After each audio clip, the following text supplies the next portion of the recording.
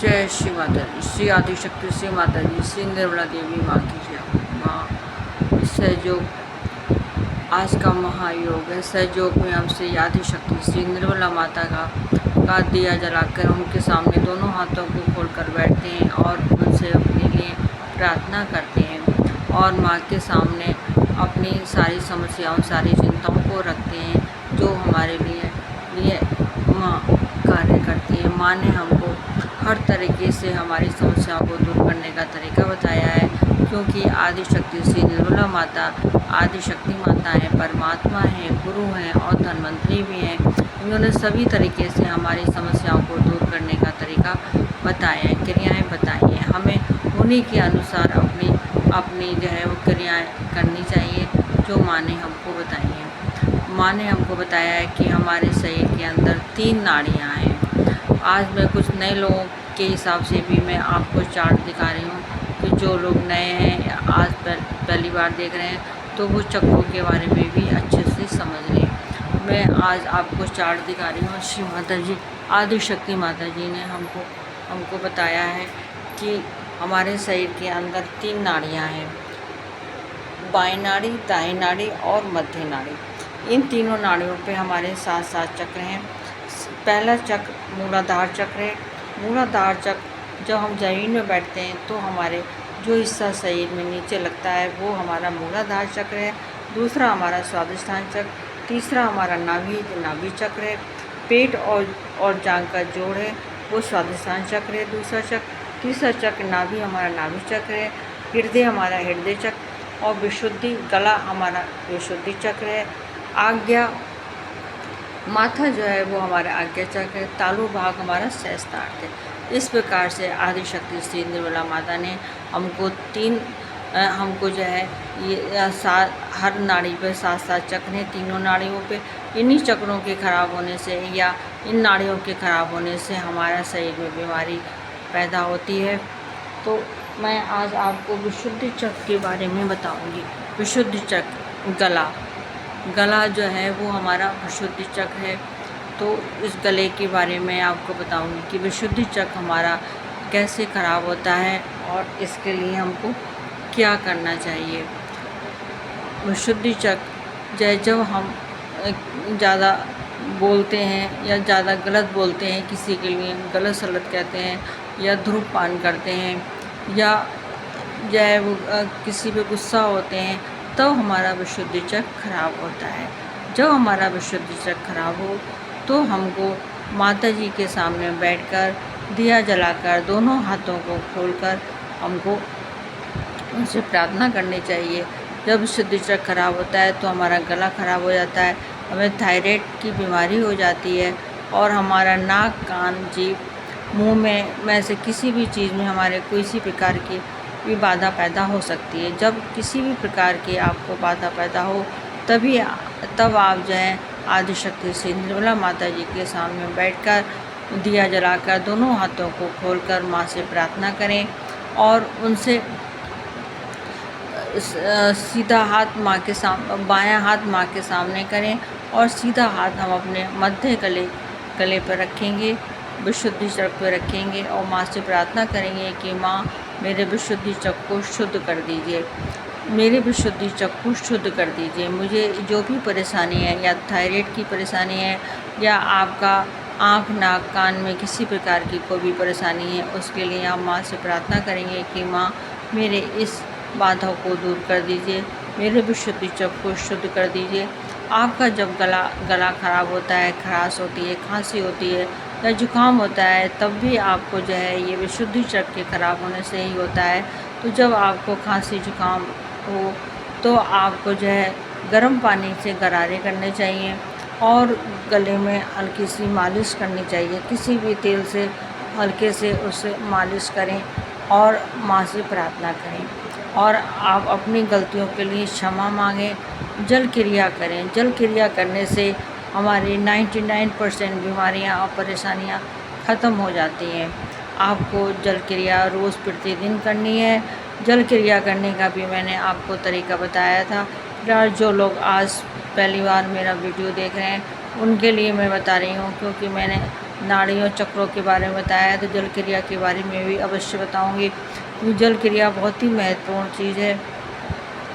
जल क्रिया करने के लिए हमको पहले माँ के सामने एक कटोरी में नमक रखना होगा। प्लास्टिक का बर्तन ना हो, फिर चाहे कोई भी बर्तन हो, उसको आप नमक को, अगर आप दिन में माँ के सामने बैठकर नमक रखते हैं तो उसको माँ से प्रार्थना करें कि माँ इस नमक को शुद्ध कर दीजिए, इसमें अपनी शक्ति स्थापित कर दीजिए। और अगर दिन के समय करते हैं तो आप उसको पूरे टाइम रखा रहने दें, शाम को उठा लें। और अगर शाम को आप नमक रखते हैं और माँ से यही प्रार्थना करनी है कि माँ इस नमक को शुद्ध कर दीजिए, इसमें अपनी शक्ति स्थापित कर दीजिए, फिर उस नमक को आप पूरी रात रखा रहने दीजिए। सवेरे को आप जब आप ध्यान करने बैठें, तब माँ के सामने बैठें, तब आप जो है उस नमक को उठा लें और माँ से प्रार्थना करके, विनती करके नमक को उठाएं। और उस नमक को आप एक डिब्बे में रख लें, जिससे वह आपका वो नमक जो है आपका वाइब्रेट नमक हो जाता है, शुद्ध नमक हो जाता है। उसी नमक में आप थोड़ा नमक और मिला लें, जिससे उस नमक की मात्रा बढ़ जाए। फिर आप जब आप जल क्रिया करने बैठें तो टब में या बाल्टी में किसी में पानी ले लें, अलग से एक जग में मग्गी में पानी ले लें। फिर आप जब माँ के सामने बैठे हैं तो माँ की तरफ देखते हुए उस पानी के ऊपर 7 बार हाथ को घुमाएं और 3 बार जय श्री माता जी, जय श्री माता जी, जय श्री माता जी कह के उस पानी पे हाथ को घुमाएं। फिर इसी प्रकार हमें जो जग में मग्गे में पानी रखा, इसी प्रकार से हम जग में भी 7 बार हाथ को घुमाएंगे जग के ऊपर, और 3 बार जय श्री माता जी, जय श्री माता जी ये कह के हाथ को घुमाएंगे। और माँ से प्रार्थना करेंगे कि माँ, मैंने जो ये समुद्रूपी जल बनाया है, इस समुद्रूपी जल में मैं समुद्र देवता की शक्ति को जागृत कर दीजिए। मेरी दाहिनी नाड़ी की जो भी बाधाएं परेशानियां हैं, उस सबको समुद्रूपी जल में समा लीजिए। फिर हम सीधा पैर पानी में डालेंगे, फिर बायां पैर पानी में डालकर हम बैठेंगे और माँ की तरफ देखेंगे। माँ की चाहे विनती की तरफ देखें, चाहे माँ के चरणों की तरफ देखें, और उनसे कहेंगे, प्रार्थना करेंगे कि माँ, मेरी दाएं नाड़ी की जो भी बाधाएं हैं, जो भी समस्याएं हैं, उस सबको समुद्रूपी जल में समा लीजिए। मेरे दाएं नाड़ी की चक्रों की जो भी बाधाएं हैं, नकारात्मकता है, अधिकता है, नकारात्मकता की अधिकता है, उस सबको समुद्रूपी जल में समा लीजिए। फिर माँ से प्रार्थना करेंगे, माँ, मेरे अंदर की जो भी बाधाएं हैं, जो भी समस्याएं हैं, जो भी बीमारियां हैं, उस सबको समुद्रूपी जल में समा लीजिए। इस प्रकार आप प्रार्थना करते हुए माँ के सामने 2 मिनट आप बैठेंगे जल में। फिर अगर आपको ज़्यादा अच्छा लगता है पानी, लेकिन ठंडा होना चाहिए, बर्फ़ का पानी ना हो, लेकिन ठंडा पानी होना चाहिए। और अगर नल से गर्म पानी निकल रहा है तो आप उसमें थोड़ा सा फ्रिज का पानी डाल सकते हैं, ताकि वो उसकी तापमान मतलब सामान्य हो, बहुत ज़्यादा ठंडा ना हो, बहुत ज़्यादा गर्म भी ना हो। आप उसमें अगर अच्छा लगता है तो आप उसमें बैठ सकते हैं, लेकिन 2 मिनट से 5 मिनट के बीच में ही आप बैठेंगे, ज़्यादा देर आप नहीं बैठ सकते हैं। 2 मिनट तो आपको बैठना ही है और ज़्यादा से ज़्यादा 5 मिनट आपको बैठना है।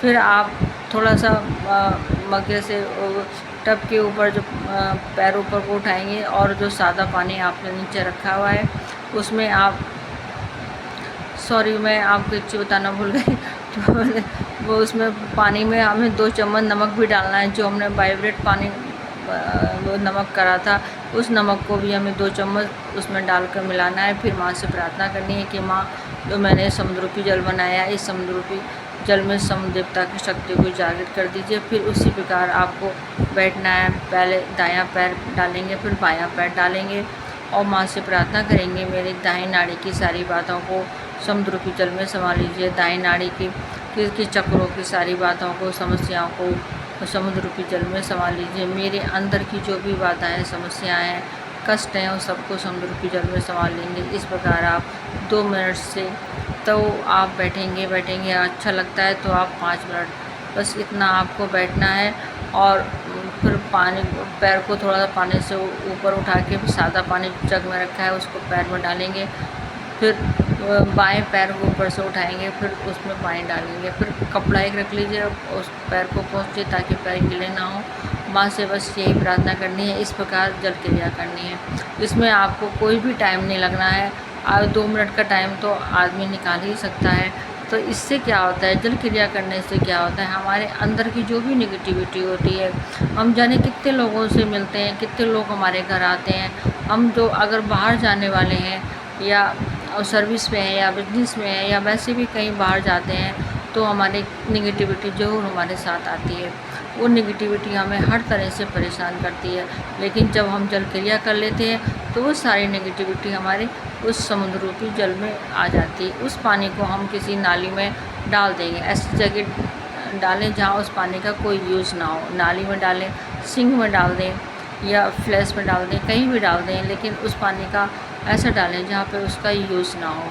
तो जल क्रिया करने से हमारी 99% बीमारी ख़त्म हो जाती है, परेशानी ख़त्म हो जाती है, नेगेटिविटी हमारी निकल जाती है, हमें बहुत हल्कापन महसूस होता है, हमको अच्छा लगता है। तो हमको जल क्रिया ज़रूर करनी चाहिए। फिर हमको अपने जो माँ ने हमें क्रिया बताई हैं उस क्रिया को करना चाहिए। हमें गरारे करने चाहिए, जब हमें खांसी जुकाम हो तो गरारे करने चाहिए हमको। और हमको धन्वंतरी के रूप में माँ ने बताया है कि हमको एकदम सादा खाना खाना चाहिए, हमको ज़्यादा तला वाला मिर्च मसाला नहीं खाना चाहिए। और माँ का के सामने बैठकर प्रार्थना करनी चाहिए। इसी प्रकार हम माँ से अपनी हर समस्याओं को, हर बाधाओं को माँ के सामने बैठकर दूर करते हैं, परेशानियों को दूर करते हैं। माँ हमारी हर प्रार्थना को सुनती हैं। हमें माँ पे विश्वास करना है। माँ अगर हमारी कोई परेशानी अगर एकदम से तो नहीं सही होती है, कोई परेशानी आप डॉक्टर के जाइए तो अभी जल्दी से एकदम से नहीं सही होगी, कोई जादू तो होता नहीं है। लेकिन जो है ये जो बीमारी सहयोग में जो बीमारी हमारी सही होती है, फिर वो बीमारी दोबारा नहीं होती है, क्योंकि ये बीमारी हमारी जड़ से ख़त्म हो जाती है। अगर हम एलोपैथिक दवा करते हैं या किसी और प्रकार की दवा खाते हैं तो उससे हमारी क्या होता है, बीमारी दब जाती है। थोड़े दिन के बाद में, कुछ समय के बाद में फिर वो बीमारी हो जाती है। लेकिन सहयोग में अगर एक बार आपकी बीमारी सही हो गई तो फिर ये बीमारी दोबारा नहीं होती है। और सभी सहयोगी बहन भाइयों से या जो लोग मेरे ये वीडियो को देख रहे हैं उन बहन भाइयों से मेरी यही प्रार्थना है कि आप लोग जहाँ भी रह रहे हैं वहाँ पर आप सर्च करें कि श्री आदिशक्ति श्री निर्मला माता का सहयोग ध्यान केंद्र कहाँ है। आप वहाँ ध्यान केंद्र पर अवश्य जाएं और वहाँ पर जाकर आप उनको बता दें, किसी को भी बता दें, जो भी आपको व्यक्ति मिले, क्योंकि आप वहाँ किसी को जानते तो हैं नहीं। तो जो भी आपको वहाँ व्यक्ति मिले उनसे कह दो कि हम नए हैं, हम सहयोग करना चाहते हैं, तो वो आपकी हर तरह से सहायता करेंगे। आपकी परेशानी को दूर करने के और तरीके बताएंगे, कैसे हमें क्या करना है वो सब बताएंगे। वो उनसे आप फ़ोटो मांग लीजिएगा, वह आपको एक फ़ोटो भी देंगे। तो उस फ़ोटो को आप रखें, जैसे आप मेरे वीडियो में फ़ोटो देख रहे हैं, ऐसी फ़ोटो को मढ़ा के और ऐसे रखें, साफ़ सुथरी जगह रखें, माँ के सामने रखें और दिया जलाएं, माँ के सामने बैठें और माँ से प्रार्थना करें कि तो आपकी हर समस्या बहुत जल्दी सही हो जाएगी। आपका हर तरीका जो है माँ को खुश करने के लिए होना चाहिए। बस माँ प्रसन्न हो जाएं, आपकी सारी परेशानियाँ दूर हो जाएं, यही मैं चाहती हूँ। और सभी सहयोगी बहन भाइयों को, जो भी मेरे बहन भाई पहली बार वीडियो देख रहे हैं वो सब्सक्राइब करें, और जो लोग बराबर मेरा वीडियो देख रहे हैं वो इसको लाइक करें, शेयर करें, कमेंट्स भी करें। जो भी आपके मन में शंकाएँ, कैसी भी शंका है या कोई आप क्रिया नहीं कर पा रहे हैं, कुछ समझ में नहीं आ रहा है, तो आप उसको मुझसे बिना किसी संकोच के आप पूछ सकते हैं।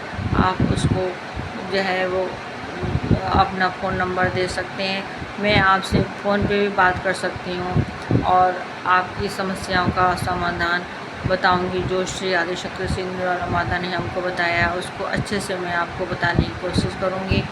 इसलिए मैं कहती हूँ कि आप लोग मुझे अपना फ़ोन नंबर दें, मुझे बताएं कि आप कहाँ से हैं, तो आपकी समस्या का समाधान जल्दी होगा। आपको दोनों ही क्रियाएं करनी है।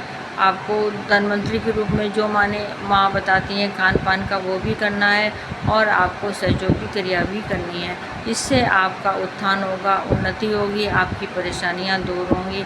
आदिशक्ति श्री निर्मला माता, अब माँ के उसमें हमें कोई भी खर्चा नहीं करना पड़ता। अगर आप सेंटर जाएंगे तो आपको वहाँ पर कोई भी पैसा नहीं देना है, एक भी पैसा नहीं देना है।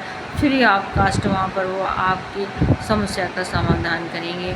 बस आप विश्वास करके सेंटर जाइए और माँ के जो माँ ने बताए हैं उसको आप पूरा कीजिए।